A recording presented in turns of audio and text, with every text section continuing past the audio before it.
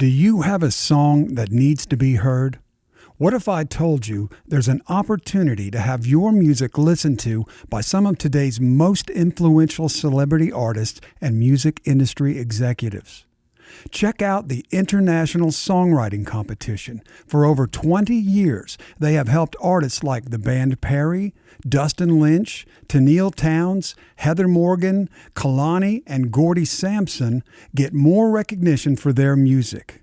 Learn more today at www.songwritingcompetition.com.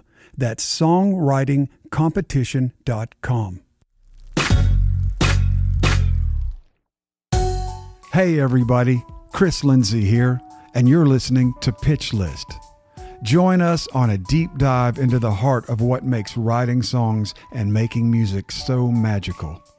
Let's find out what makes songwriters tick, and along the way, remember why we love music. Welcome to Pitch List.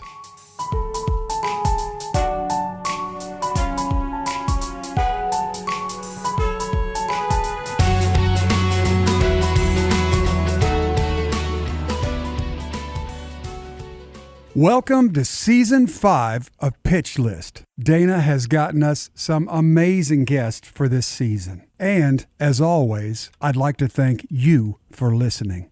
So, here we go. Hey everybody, I'm Dana, the producer of Pitch List, and welcome to Season 5. To kick off the season, we invited the iconic writer-producer Luke Laird to join us on the show. It's safe to say that Luke is a Music Row powerhouse. Over the last decade, he's written 24 number one country singles, earned 2 Grammy wins for writing and producing for Kacey Musgraves, and co-founded the publishing company Creative Nation with his wife, Beth.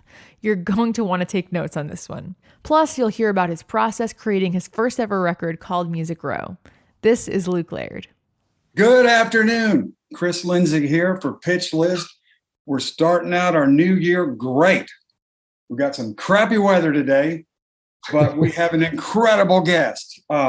This is Luke Laird, everybody. How you doing, Luke? Good, man. So good to see you. It is good to see you. When your face popped up, I was flooded with 1,000 memories, man. Oh man, it was really great to see you. Yeah. And you're tell us, are you in a cabin there, a log cabin? Where are you at? Yeah. So next to our house, over here in Forest Hills, this cabin was here, and it was kind of just sitting wide open.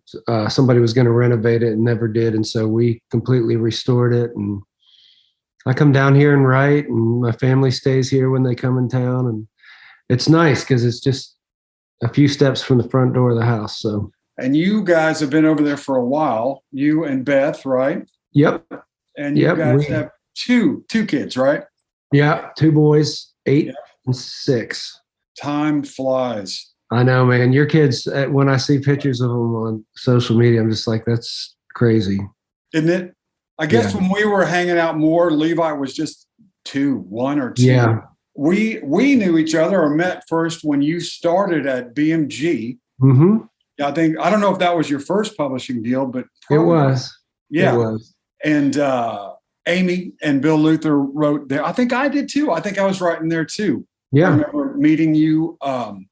And then Beth, your wife, Beth, worked there as the receptionist. Boy, yeah, it was her first job coming out of. She went to Alabama. That was her first music business job. Well, she soaked up some good stuff, didn't she? Yeah, for sure. She got an education in more ways than one. Yes, yeah, and she got good at it quick, man. You guys, your company has had incredible success with Creative Nation. We'll get into that. Mm-hmm. I want to start, if you're okay with you as a writer. I know you wear a lot of hats. Mm-hmm. And I was kind of going through all your stuff, which, we haven't talked in a long time. It's just amazing what you've done. And but you do wear several hats. But I'd like to start with the writer hat. Mm-hmm. So talk to us about that. You BMG with Karen Conrad and Ron Stuvey, that was your first deal. Yep. How long had you been in town? Well, so I came down here in 1997 and went to MTSU. Okay. So when I was 19, And, while I was in school there, I would come up to Nashville and do open mic nights and played at the Broken Spoke a lot and Hall of Fame Lounge, places like that. And really just trying to get a publishing deal. I've got friends who got publishing deals while they're in college. And I was like, if I could have got one in college, I would have gladly taken one and quit school, but I never did. So I guess my first publishing meeting was at BMG with Michelle Berlin, and that came through Bill Luther. He got me my first publishing meeting. I met Bill through my parents, actually. We're from the same hometown. Yeah, that's right. And Bill was so gracious,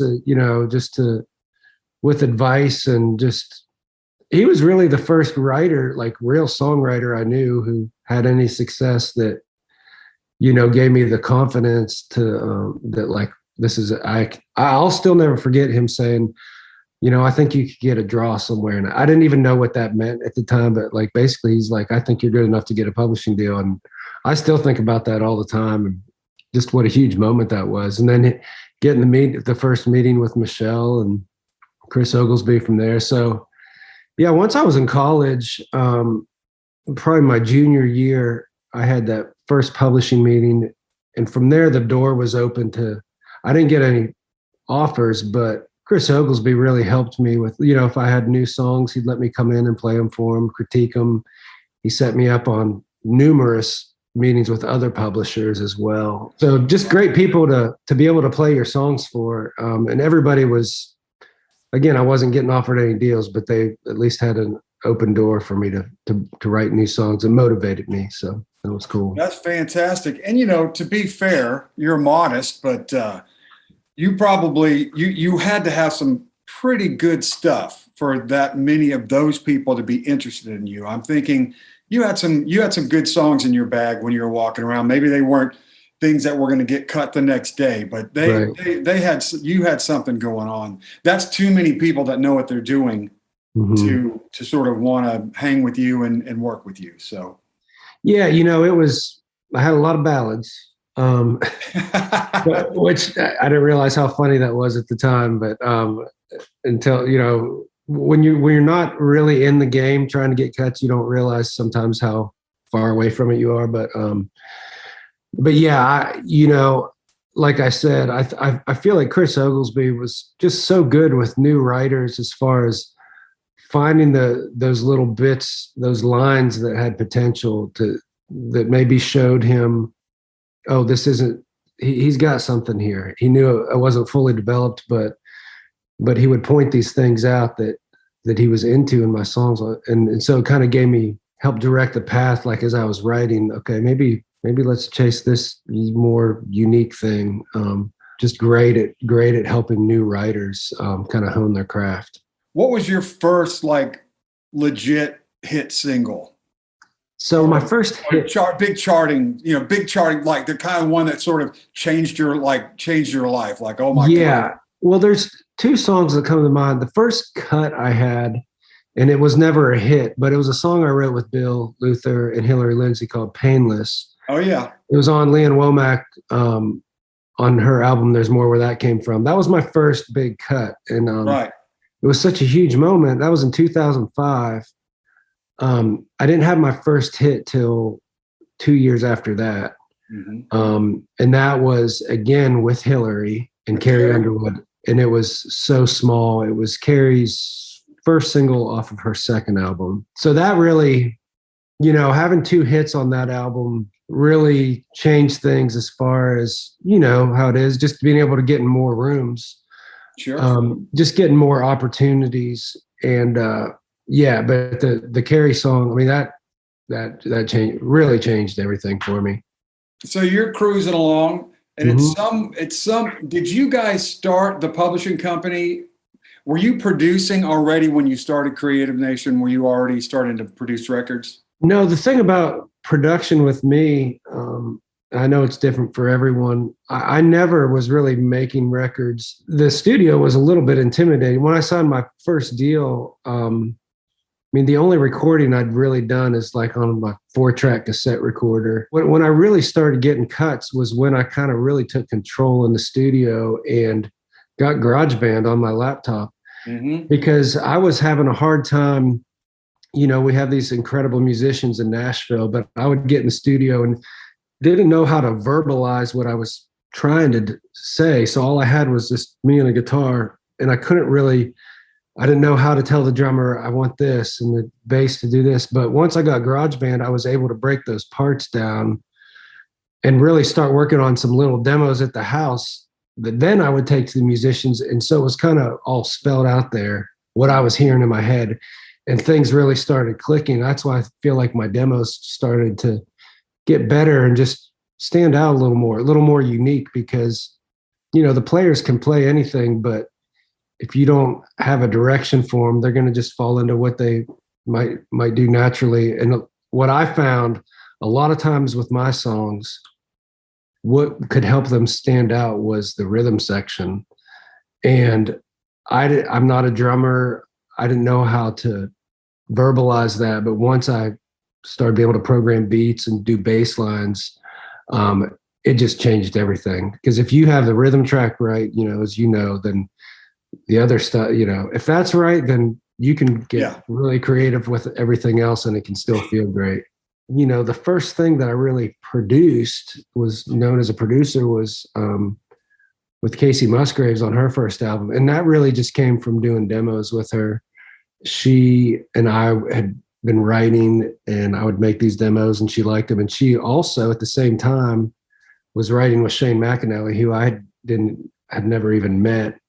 And it was really her who brought the three of us together and said, I really want you guys to help me basically create this sound. And all of a sudden, people are calling me a producer. So, but again, I wouldn't say a great producer as far as just finding an artist and helping them create a sound. It has to be kind of organic, and we find it as we're writing songs, I guess. Right. A writer producer. You see right. So if it outflows from your work as a writer and it makes sense and it feels right, then you're happy with that. You're comfortable with that role.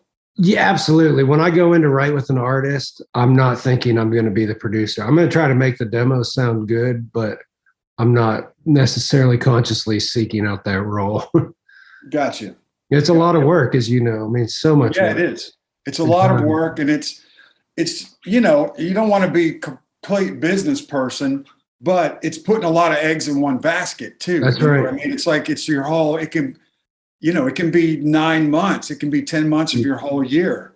Absolutely. I learned it the hard way, because I sort of had an epiphany one day, and I'm like, wait a minute. What am I doing? What am I? I need to just write and get on this record and let somebody else handle this.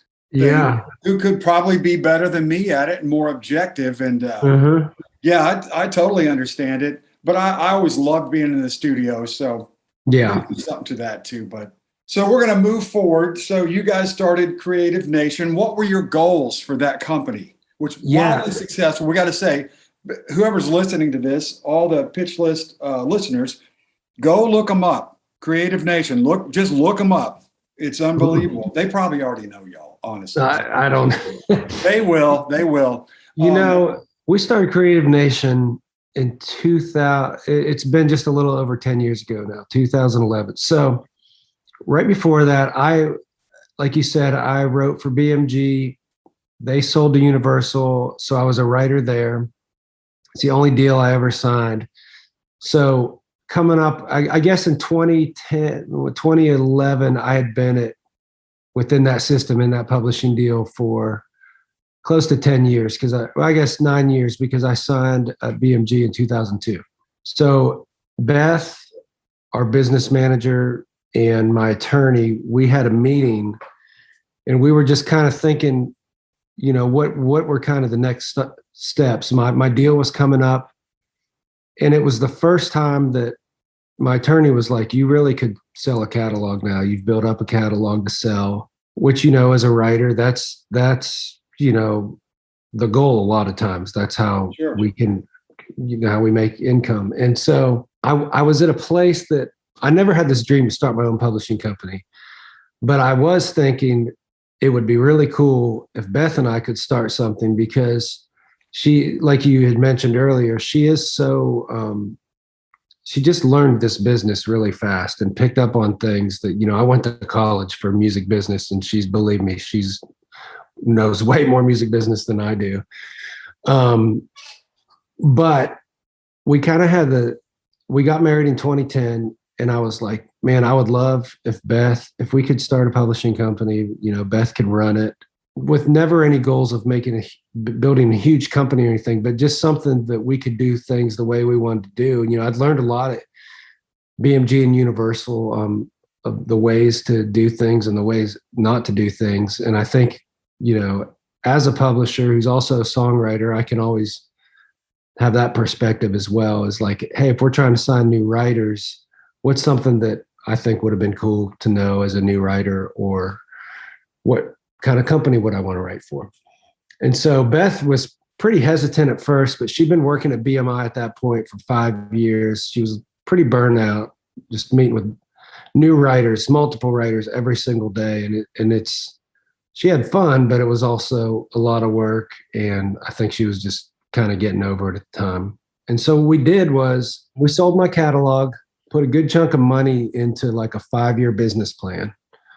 And we just started. We didn't have a building or anything like that, but we did have one writer who was willing to sign with us, and it was one of my best friends. I know you know him really well. Yep. It was Barry Dean.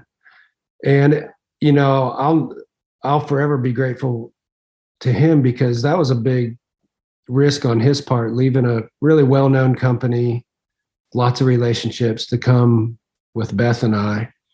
And so he was the first writer we signed, and we rented a house, and I just kind of kept doing what I was doing as far as writing. I mean, I definitely would have input on looking for new writers and stuff. But one thing I didn't want to do, and I'd seen done a million times, is a writer goes out, starts a company, and then they kind of forget what even got them there in the first place. So they're not writing as much. They're trying to be like a mogul or something like that. And when other writers ask me, that are kind of getting to that place where, do I want to kind of go do my own thing or sign another deal? I'm like, you got to have somebody like Beth in place, because that's what makes all the difference. Somebody who knows the business, someone who can do the meetings that you think you might want to do, but it's a full-time job. And so fortunately, what she does and what I do really complements each other. So it's really, we've been very fortunate with some incredible writers over the years. We're still small, and I think we both like that. I feel like it's still a good balance of writing, looking for new writers, and then also with 2 young kids, I'm coaching 2 basketball teams right now, and it's trying to balance all of it. But we have and I give Beth all the credit for this, just an incredible staff in place. She puts as much time into that as she does like looking for new songwriters. It's important to have the right people in place, because these are the staff that's going to be communicating with your writers on a day-to-day basis. So it's been a for sure a learning curve, but it's been really cool, as working with your wife. A lot of people at the beginning recommended don't do that. And I totally see why, but we love it. We've really enjoyed getting to work together and work on something together. Because when I was writing for another company and she was at BMI, we would talk about stuff, but now it's like we're a for real team, and like it's just been really cool. It is great. And I think people, if they have that relationship where you can do it, it's fantastic to work with your wife or husband. A lot of people can't. A lot of people just don't have that. But I think it is really rewarding. And especially in our business, man, it's such a 24/7 thing that it's great to have a partner that's always there, and y'all can watch TV, and then at 10 o'clock you can say, did you hear that new song, the new writer? And you're like, yeah, man, it's awesome, Yeah. And then one other thing you said, for anybody trying to start this, I've not done a publishing company, but I've watched it. Mm-hmm. There's always a Beth. There's a Nate. that Brett had. There's who else can we say? Seth, that Craig has. Seth. Yeah. You take those people out of the picture, and these companies don't work. No, especially for a writer. Like for me, if I'd have done it, I'm too ADD. There's no way I could. You have to have that person. Yeah. That's great, man. Now, how do you balance? But you know, you're saying that you understand you've got to keep your writer thing and delegate all these, but you guys, you got a lot of stuff going on in that company. Do you have to constantly tell yourself that? Do you get pulled away? Are you pretty good with staying focused on your writing? Yeah, these days my ideal writing week is like, honestly, if it was 3 days a week, that's like perfect for me. 3 to 4. Early on was obviously doing the 5 days a week. But I just know I just burn out. It's tough for me. And also like, I like doing tracks and stuff like that and trying to find ideas. So like I said, Beth, we've got a great staff in place. And so really they do the heavy lifting on as far as meetings and stuff like that. Right.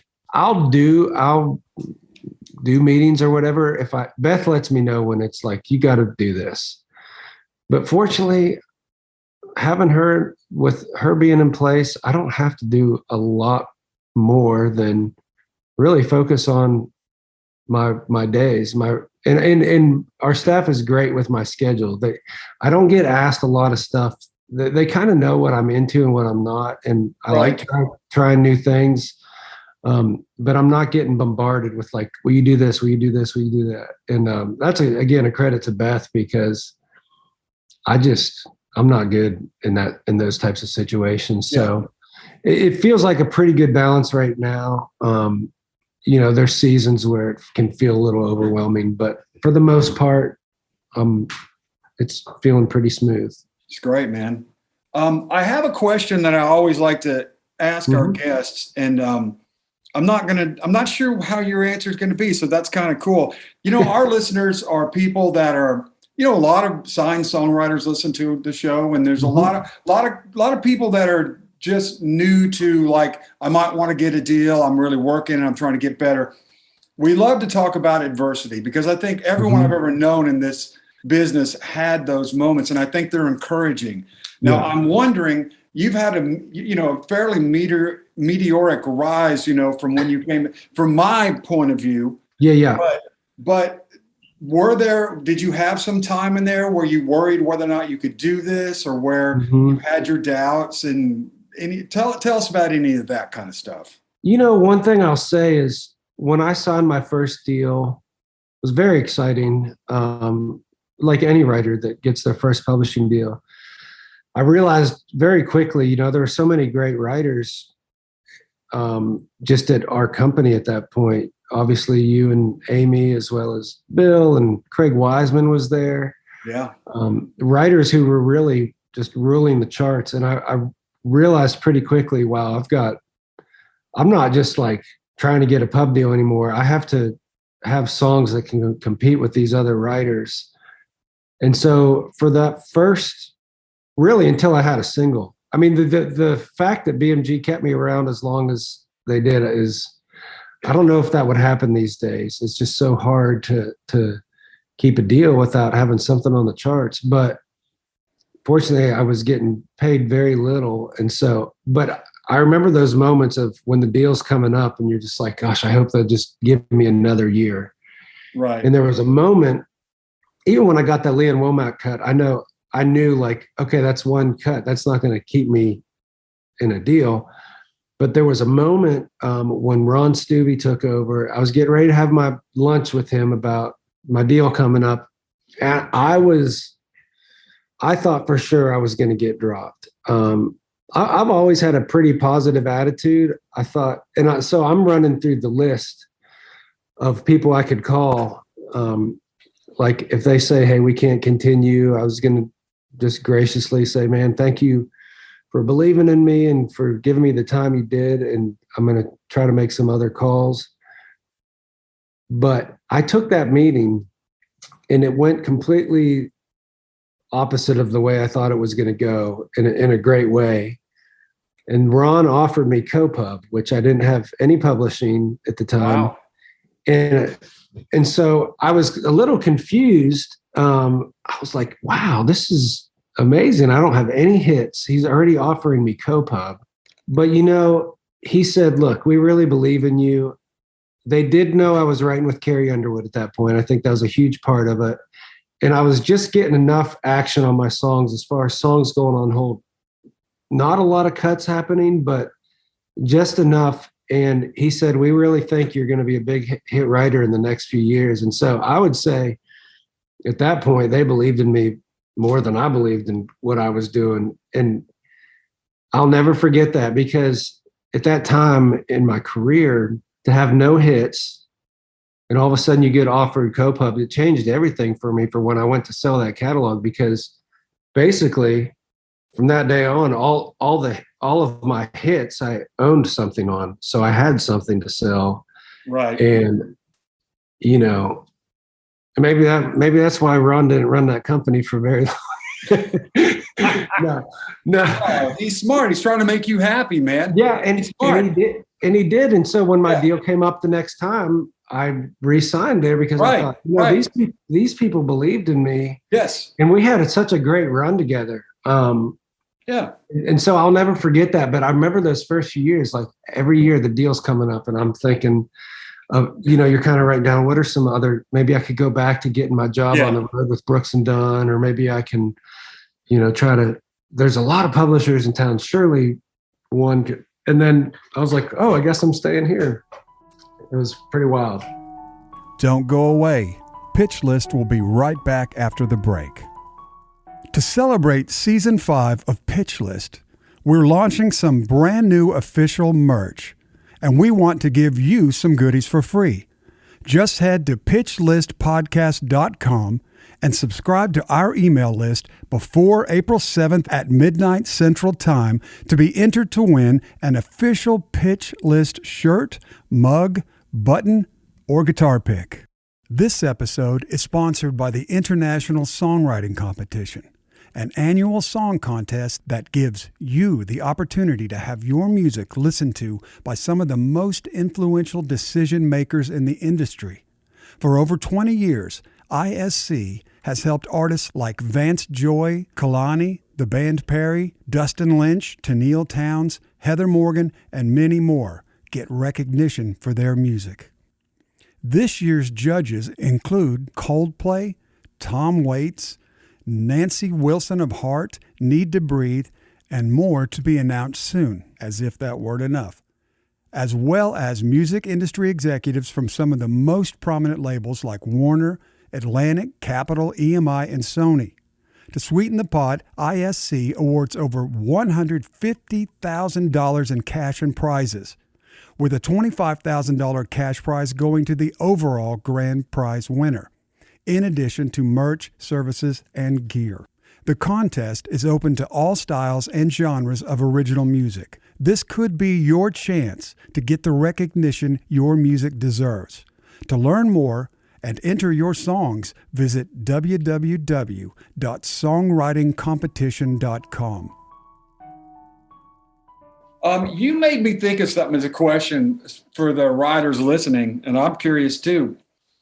And you have a lot of things you're good at, man. But you're really, in my opinion, like one of the best at like writing with artists. You know what I mean? Or at least the artists that I've known, that I've seen you work with. Hillary, who really is an artist, you know, although she never wanted to do it. Back in the day, it was like a running joke of everyone begging her to make a record. I know. Just crazy. That's the best part. I always think of artists, like in a lot of ways, the best part of your career is that when you have potential, like everybody's like, this is the next big thing. All of a sudden, once it hits, then it's kind of like, yeah. Then you have to compete with everyone else. Then you've got the possibility of failure, and just to stay on that cusp of everyone wants you to do it. But anyway, so I want you to, if you could, you don't have to give away any secrets, but I do think it is a separate skill set to work with an artist, like Kacey, or like how you keep them happy with the song and keep them energized. You know all the stuff. Can you tell us some of those things? Because I think it'd be interesting. Yeah, I think that that's obviously starting off in this business. I wasn't getting the opportunity to write with artists, but once I did start to get to write with artists, and a lot of times it'd be in like a three-way situation, I'd seen the rights go really good or really bad. And I feel like a lot of times as writers, when we get these opportunities, sometimes you feel like I got to prove that I'm good enough to be in here. And so sometimes, whether it's nerves or ego or whatever it is, I'd seen some situations where some incredible songwriters would get in these rooms and they'd almost just bulldoze over, and it could be awesome. I'd see them like writing, but not remembering that we're trying to write for this artist's project, this artist's point of view. You may be in there because you have a talent, but really it's got to be what the artist wants to say, because you could go in there and write a song of the year with an artist, but if they don't feel a part of it, they're just not going to record it. I've seen it done many times. Yeah. So I've learned from so much of any success I've had with artists has just been about listening to the artist, not trying to drive it.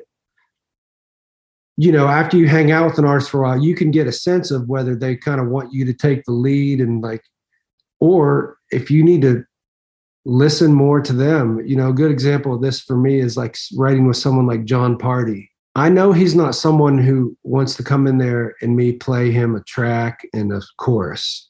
Some artists do want you to have something going on. For me, the best thing I can do is not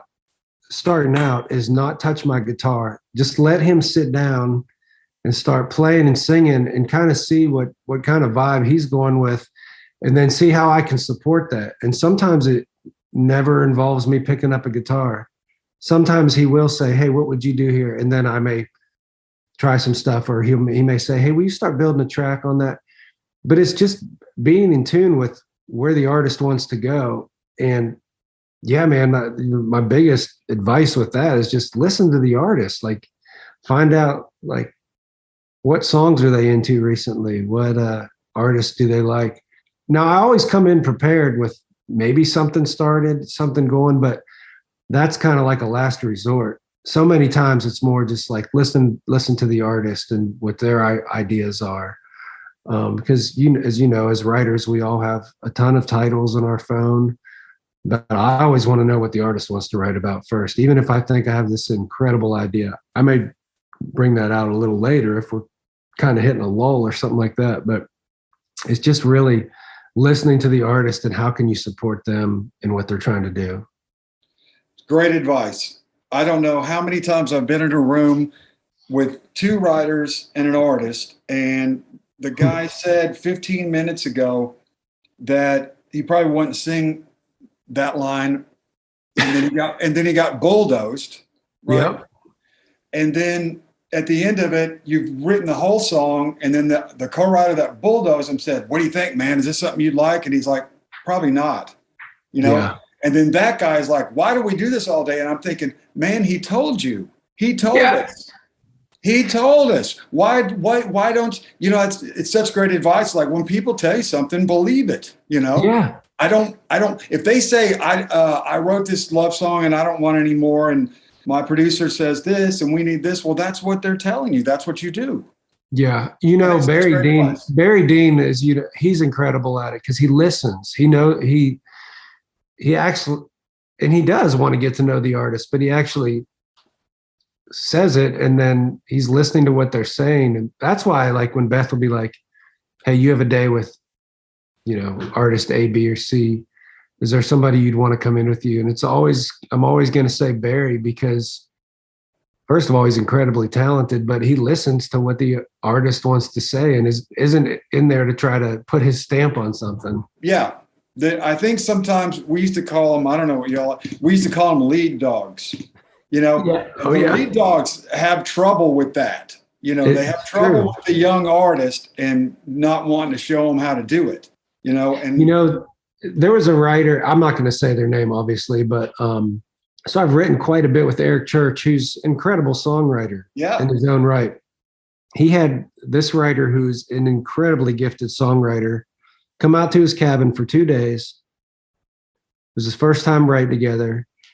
And Eric told me that this guy, all he wanted to do was like play him songs, like to pitch to him. And then he would bulldoze when they tried to write. It just never worked. And I'm like, this guy, if he's so talented, if he would have just sat there and listened, he probably would have a million Eric Church cuts by now, but he just couldn't get out of his own way. And I feel like as writers, a lot of times, and I feel like I've done that before. Like I just can't get out of my own way, but yeah. Well, and it's great advice. I know for me, you've been great with artists as well, and you've been doing it a long time. I have, and I've learned a few things. And just in general, I think the Zen approach is great, which is just get out of your way. I like to write and I like to walk out of the room and not even know what happened. Yeah. I mean, just like, obviously what happened, but do you know that feeling of just like, I don't know, I just played piano or I played guitar and I just totally let go of just like, don't fight it. Just get in an inner tube and go down the river. Like, don't try to steer. Don't try to, all that. Well, and I think never underestimate the experience that the artist has. Cause I've had a lot of times where first time I've gotten with an artist, we didn't really get anything, but we had such a good day that all of a sudden they want to book 3 more days. And then that's when you do something. So you want to have a good experience. And it's the same way with just writers in general. Like, let's make this fun. Like, no, don't put crazy pressure on it. No, I think that's another great thing to say. And it's true for just writers getting together or an artist. Mm-hmm. People tend to want to come back when they have a good time and when they like a person or they have a connection. Mm-hmm. And I think that's another great thing for younger writers. Don't be afraid to go in a room and bare your soul. I mean, if you're going to make a connection with somebody, that's probably going to how you're going to make it. Yeah, absolutely. Like being honest with your own life and sharing real things. And that's how you bond with people. That's how, actually, man, that's such a great thing you said, because I think that's as important as anything. Yeah. It's just the personal experience that someone has with you. Yeah. Is going to, when their publisher says, hey, you want to get on a date with him? They're going to be like, yeah, man. Yeah. Yeah. I like that. I liked hanging with that guy. Yeah. Yeah. It's funny. Who do you, I don't want to put you on the spot here. Sure. But I'm curious about what you're digging these days as far as young artists or styles or where you see things going. What do you think that's going on out there that you really like, and where do you see it going in the next couple of years? Yeah, there's there's so much stuff that I like and so many artists that I'd love to work with that I haven't had the opportunity yet. I love this girl Morgan Wade. There's just something. I heard her like single on XM radio or whatever, and I was just like, you can tell. I guess it's like one of those you can tell she hasn't been into the system in a good way. Right. And so there's something unique there. And a lot of times I'll hear these artists, I'm like, oh man, I'd love the opportunity to write with them. Hopefully they don't think, oh, it's just a guy in the Music Row machine, which I kind of am. But I'm always listening for those just unique voices, unique songs. And that's what I always feel like is going to be next. Morgan Wade's one. I love what Elvie Shane's doing. He's kind of got this. It's kind of I don't know, almost like a roots rock thing, but it's country. Mm-hmm. And I've just watched some YouTube stuff on him, and I really get the sense that the music you hear is really who he is as a person. I was supposed to actually write with him last week and got COVID, so oh Lord, hopefully that'll happen again. Are you over it? Yeah, I mean, I feel good. I can't taste anything, but I feel okay. But it was rough last week. But who else? There's a new artist that I've actually been working with for a few years that we signed at Creative Nation, Cassie Ashton. First time I heard her, I was literally, I got chills. It was just, there's such a incredible singer, unique voice, but just her writing. I was like, man, this girl's incredible. And so I'm excited to see what happens with her. Her first single is going to be coming out in February, like end of February. That's great. Yeah, I have heard her. She's amazing. You've been involved with some stuff. I think that's what I love is, well, obviously Kacey Musgraves is just the organic, cool, not shooting for radio. Right. Because it seems like streaming has become so strong that it's kind of freed everybody up a little bit to not, stay such on the radio target. Do you think that's true? Yeah, I think so. And I think that it's just going to keep going that way. I mean, no kid I know listens to the radio. And I mean, that's still how I can make my living, but hopefully at some point the streaming stuff catches up because that's what it is. And that's where it's going, where it's been going for a while. So yeah, the streaming thing, the cool thing about it is, like you say, it can free you up more in a room to not just try to write this radio target, whatever that is at the time, but you can write some pretty unique stuff and still have hope at the end of the day that it might actually get heard. Yeah, and it seems like in the streaming world, it almost needs to have some element of being really cool or not groundbreaking, but it needs to be a little bit edgier and a little bit more forward looking to live in that world because, people are just looking for music and they're, like kids now or my kids are very not genre influenced. They don't really like when I'm older than you, but I'm sure for you too, you used to kind of have to pick a genre, Yeah. And kids now that's not how it is. They're just going everywhere. And that makes country music have to kind of step up into that world a little bit. Sure. I just love this, not like, XYZ won't play it, Right. Well, and that's, with new artists, all the new artists coming out, that's how they're growing up too. They may be put in the country genre, but they all listen to everything. That's another thing I would say to like people wanting to do this as a career, as a living, is to always be listening to everything.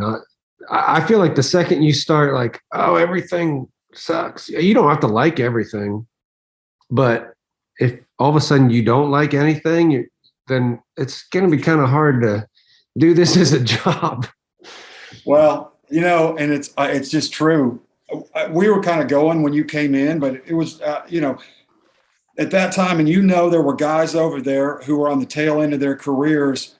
I'm not going to say any names, but man, they were just grumbling all the time. Oh, all the time. Have you heard this bullshit on the radio? It's terrible. I can't believe it. And it's just all awful. And it's just, but the point really was, and everybody saw right through it. It's like, they're not cutting my songs. Right. So they suck. They suck. Everything sucks because I'm not involved with it. If I were getting cuts, it would not suck. Yeah. But that's so true. And so I remember making mental notes back then, like, don't do that.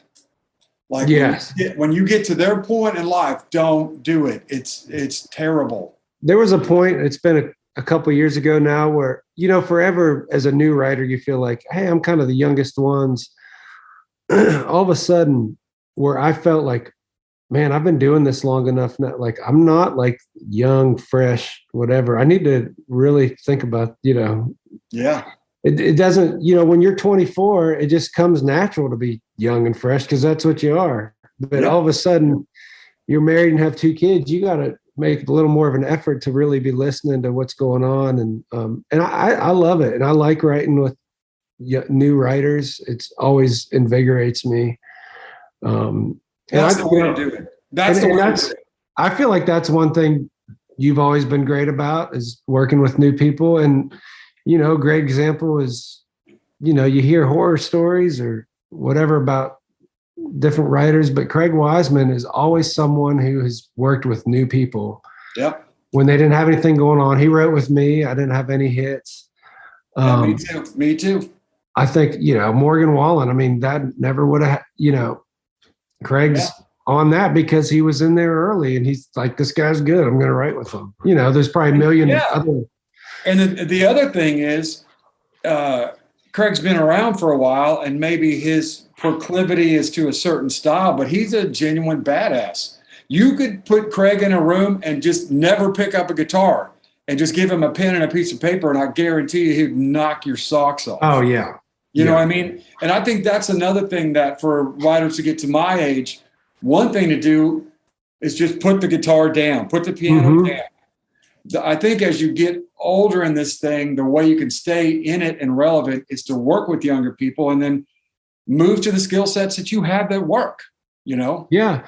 Well, that's a great point too, because a lot of times what makes a song or music what's new and fresh is the music part. Right. And so a young kid is always they've got all these different influences than we had.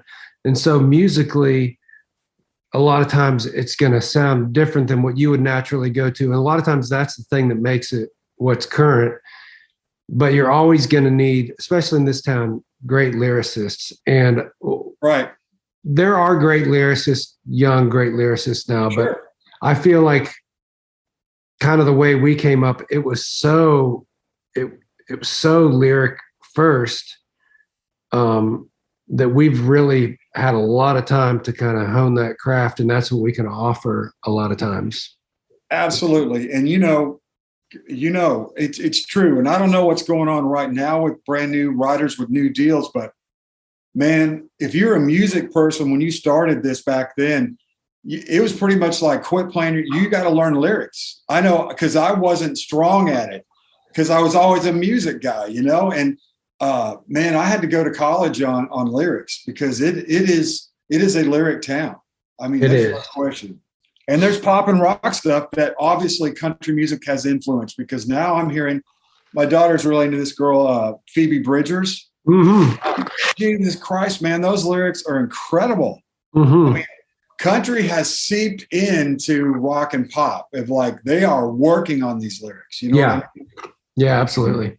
It's a really cool thing to watch. Hey, let's talk about one more thing, or not. We'll talk as long as you want, but and I was not aware of this. Dana pointed out you've got a radio show.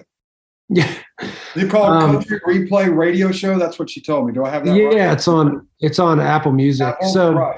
Right before COVID hit, back in early 2020, I got a call from Jay Lepus at Apple Music, and Apple. I mean, just like they are with everything, it's like signing NDAs, all this stuff. But they were getting ready to launch a country station, really a radio station.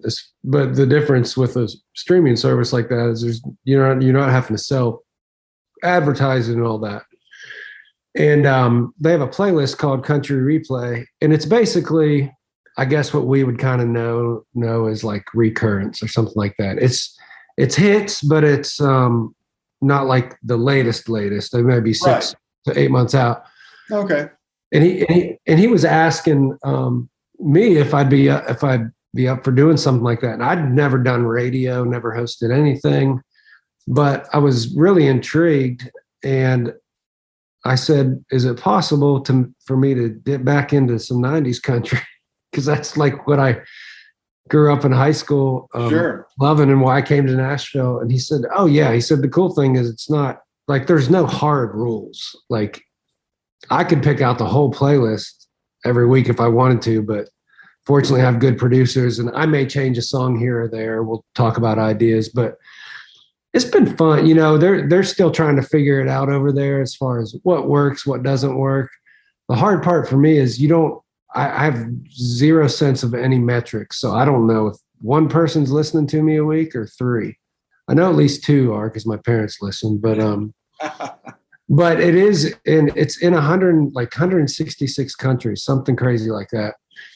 And we started off trying to do it as like a 4 days a week. Now I just do I just signed another like year contract, and I only have to record 1 episode a week, which is perfect because doing 4 episodes a week that's a lot. It's a lot. And I told Beth, the one thing I like about it is I know when I come down here to record this show, I'm getting paid for it, unlike writing songs. Right. However, it's fun and I enjoy it, and it's been a great opportunity, but I also don't enjoy it as much as writing songs. So I always want to be able to continue to write. And so this 1 day a week thing it's been cool, man. It's been a lot of fun. I dip back into some of my like 90s stuff, and I've interviewed like Dina Carter, Toby Keith, some different writers. But yeah, it's kind of fun. Fortunately, I have good producers, but it took a long time. I was like, man, I suck at this. But I just was like, I got nothing to lose. It was just kind of fun, and I can put like what I thought was basically worthless country music, 90s country music knowledge to use. Great, man. There's a lot of learning curves in that whole world, man. It's like it is a whole thing. I want to talk one more thing, and then I'll let you go. Okay. Dane and I were talking. You've put out a record yourself. Was it last year or the year before? Yeah, it was.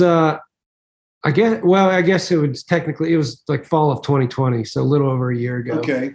Tell us about it. Yeah. So it kind of got started with, I wrote this song, Music Row. It was a song I wrote by myself, and it was basically just kind of my story about coming to Nashville. I mean, everything in that song is true.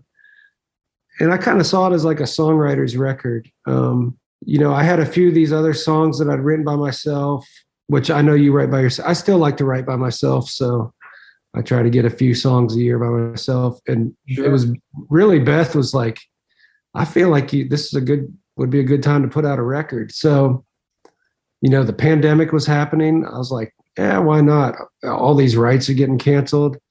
So I kind of just dove into it, recorded most of it here in this cabin. Did like one tracking session with a drummer, bass player, guitar player. And then I recorded one session with like some fiddle and steel. But man, it was a lot of fun. One of the coolest things that happened with that project was not that it sold millions of records, but I was sitting there thinking, man, if I could get like, I don't know, anybody to mix this, who would it be? And I was like, man, I wonder what Bill Bottrell's doing these days. I don't know him. I just was a fan of stuff that he'd worked on. Don't even know if he mixes records, like as far as like stuff he doesn't work on. Right. But I found he has like a website, and I just emailed the info part, told him who I was, writer in Nashville and this stuff. I was making a project. I was very upfront, like, this is not a big money maker. I'm just an independent artist. But I asked him if he would have any interest in like mixing it. He got back to me and he said, I kind of taken myself out of the scene. I don't live in LA anymore, but I still love music.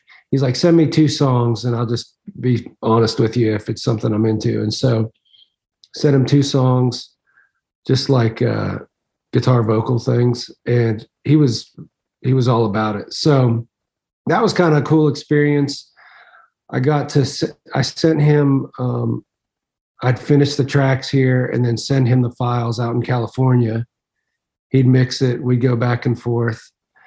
And it was one of those, I said, I'm not a great singer. It's pretty raw, but I don't want like all the vocals tuned. I just kind of wanted to sound like if somebody heard me in the room, obviously there's some production around it. Right. And so it's raw, but I feel like he captured that. And it was just cool to, I did get to sit down with him at one point in LA and just getting to hear stories about Michael Jackson and Sheryl Crow and all that stuff was just really cool. But yeah, that was probably one of the coolest things, if not the coolest part of making that project.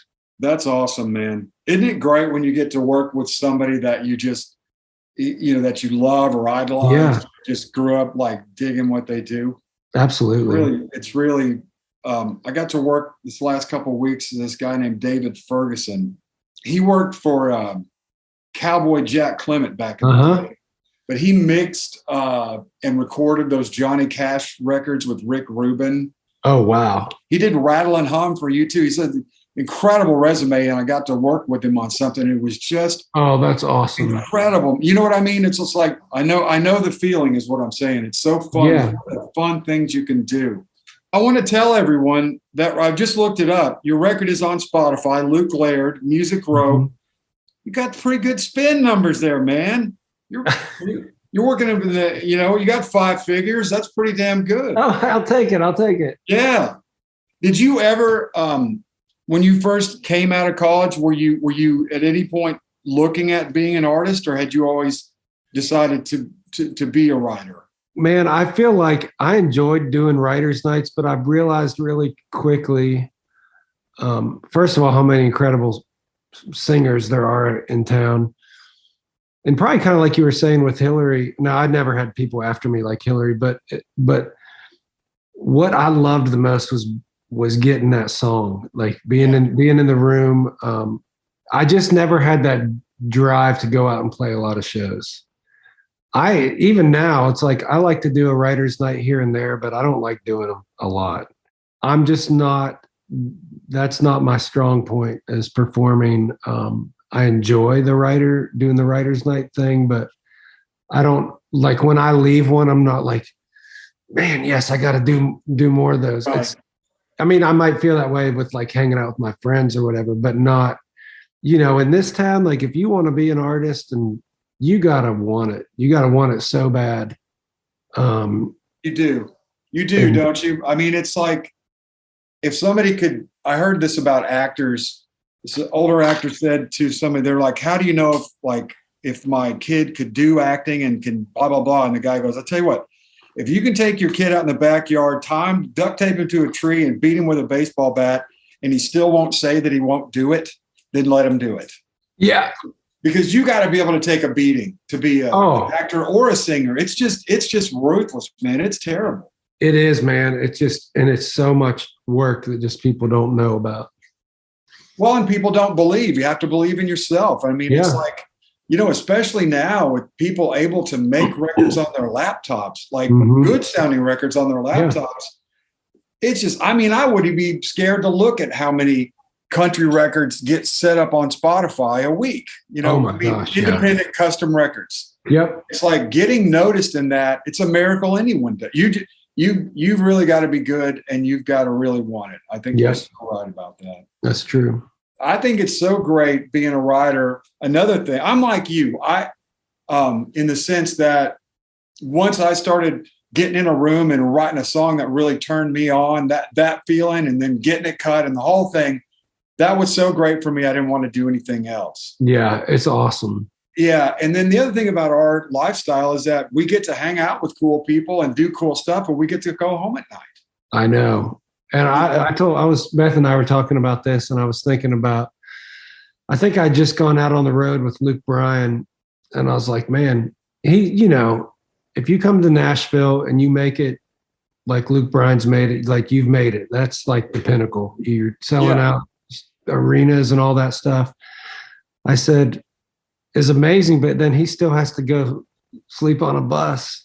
Yeah. It's a nice bus, but like I get to come home to my house. Yeah. No, they're on a bus and they're driving all night, and they stop and eat at an iron skillet at 4 a.m, which is fun when you're young. I played bass. I played bass and toured a little bit in my 20s, and we had a blast, but there's a point where you're just like, oh my God, Oh man. And not to mention having kids. It's just tough on a family to have their parents. So hard. Yeah. So yeah, I'm grateful to get to be a songwriter, and these guys and girls can go out and play the songs, and we get to hang out at the house in our sweatpants. Yes. Well, Luke, thank you so much for being on our show today, man. I think you're really giving a lot for our listeners to think about. And I can't think of anybody that's had such a successful trajectory in all of your endeavors, man. So congratulations. It's such Luke, man, you got to think about it. I know you're such a modest guy, but seriously, man, to win in any of these categories is so hard. Writer, producer, publisher, family man. You know what I mean? It's like, and I'm knocking wood for you on all of them. But it's like, it's really amazing. You should be proud, and congratulations. And I just wanted to say that. Yeah, man. Well, I appreciate it. Kind of like I was saying about Craig too, man. I still remember when I was a new writer there in BMG, and just how nice you and Amy, you guys were ruling the charts, and you never treated me any differently than, from a big hit writer. So, I think as a new writer, you don't forget those things. And I hope that I don't forget that either, as far as when I meet with new writers and stuff like that. But I just wanted you to know that means a lot to me. Well, good. Cause I mean it, and it's true. It's true. I try to say things that are true. I mean, yeah. And you know what, man, being a nice person, I think being a nice person, a caring person, and try to do the right thing pays off, man. I think it's a better business strategy. I've seen it in my life. For sure. You and Beth both have always been the sweetest people. So congratulations. Luke Laird on Pitch List. Thank you so much for your time, Luke. And, congratulations, and rock on for the future. Thanks, Chris. Thanks for having me. Thanks for listening to this episode of Pitch List. If you enjoyed today's show, please subscribe to us on Apple Podcast or your preferred listening platform. And if you want, feel free to leave us a 5-star rating and review.